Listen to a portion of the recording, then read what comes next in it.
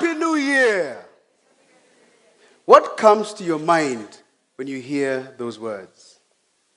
For me, I have an image that is in my mind. And that image is 1,000,000 people standing around one building, all looking up, where there's a ball with all these lights shining. And the year, and they start counting down. And this is in New York City, in the middle of Manhattan. And you hear millions of people screaming, 10, 9, 8, all the way down till 1. Then they all scream, Happy New Year. August 1987. I was at the airport, JKIA, and my parents had put me up in a plane and told me to go to the US and do my further studies. I remember my dad telling me before I walked through those doors for immigration, he said, do not miss that connecting flight. If you're like me, I had never been in a plane before. I never knew what those words meant. But when your parents tell you, do not miss that flight, do not miss that flight. So I got on the plane and we took off.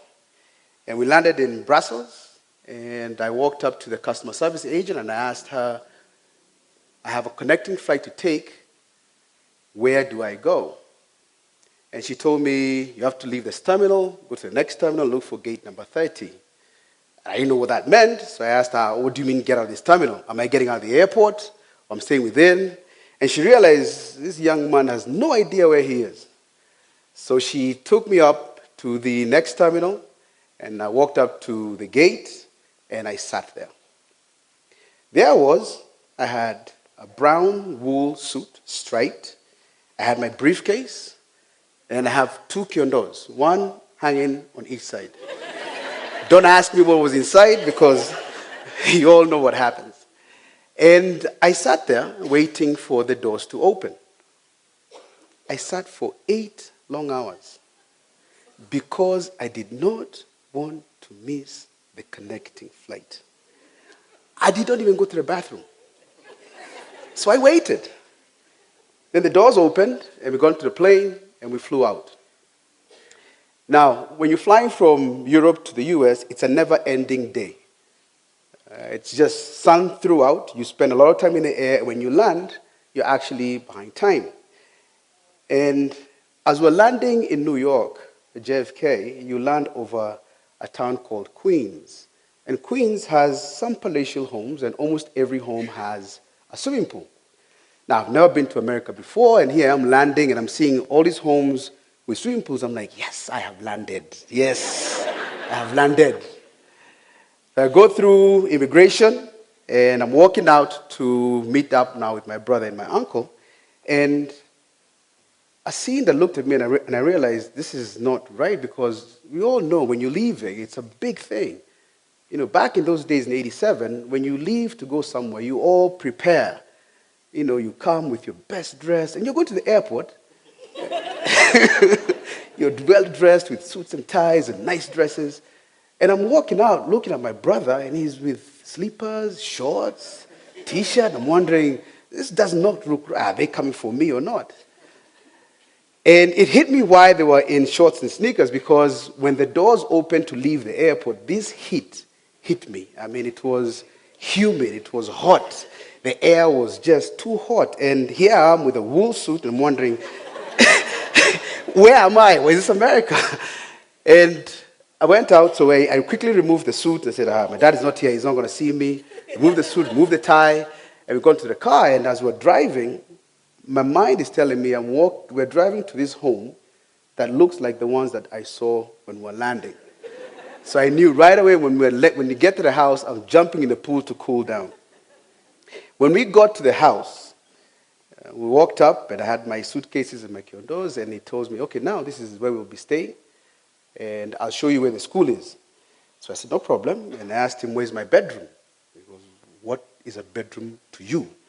I said, I need a room with a bed, a cabinet, and mirrors. He goes, well, your bedroom is this chair right here. So what do you mean this chair? And he says, yeah, this is where you'll be staying. I said, so what happened to the swimming pool? He says, there's no pool here.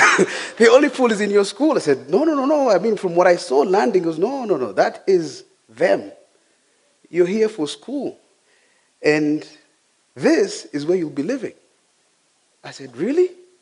This chair? He goes, yeah, this is your bed. And I said, okay, it's a big adjustment, but maybe he's lying to me. It was my bed for a whole year. And when there were guests in the house, I had to wait until the guests leave for me to get my bed. Anyway, so we go to school, and I graduated with a Bachelor of Science degree in computer science, and I minored in mathematics. Yes, I love math and computers. And when I left school, my dream job was to sit behind a desk and solve people's computer problems. And any report that you needed, issue you had with your laptop, your keyboard, bring it to me, I'll resolve it.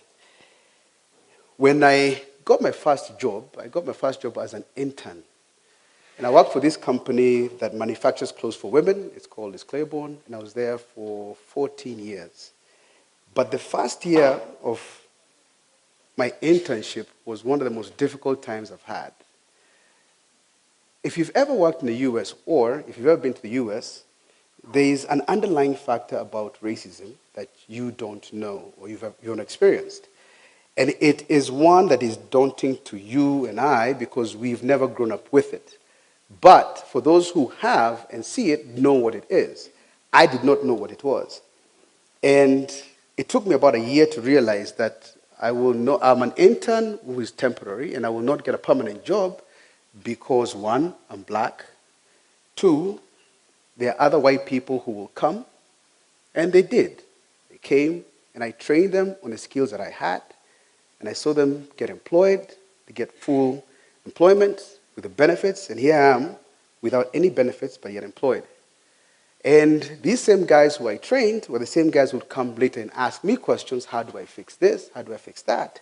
And I realized there was a mistake here because why am I being overlooked when the other guys have been hired? And the majority that were hired were white.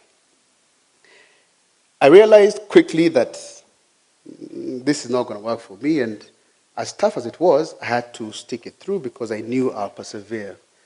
And my first manager who came and who was non-white, he came and realized my potential, said, this guy is one we have to hire. And he took it upon himself to get me hired as a full-time employee. I then moved on to become a full-time technician. I was sent to New York, where I was working as a desktop technician fixing people's problems. These are the same people who used to call me at the help desk, and I used to help them with either whatever problems they had over the phone, but now I could put a name to a face. As a technician in New York, it was interesting. The culture in New York is very different.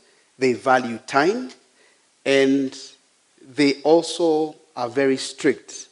If you're going to a meeting, you have to have an agenda and stick to that agenda. Do not deviate from it. And that's where I learned about time management and make sure that you value people's time, and if you have an agenda, stick to it. Throughout my experience as a technician, I got to meet very many people, and one of the people I met was the CEO of the company. His name was Paul Sharon. And Paul actually saw something in me. And it was one day I had gone to his office to fix his computer, and we started talking, and he tells me, oh, by the way, I noticed an accent. Now, for those who've been to the US and have worked there, you hide your accent as much as you can. But he picked it up right away. I guess my R's and L's,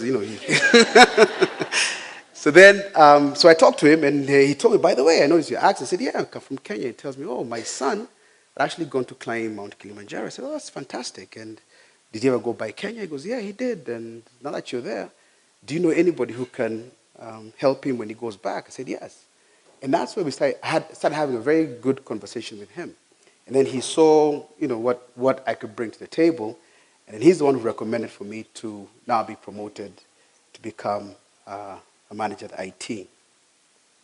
Now, the journey there was not easy, but the camaraderie I'd gained and the friendship that I had with the people who I worked with, worked out very well. Now here comes this one day. I was used to taking the train from my house to New York, but this one day was very, very different. The day was August in 2004. August 2004, I left my house, same way I always did, but this time felt very different.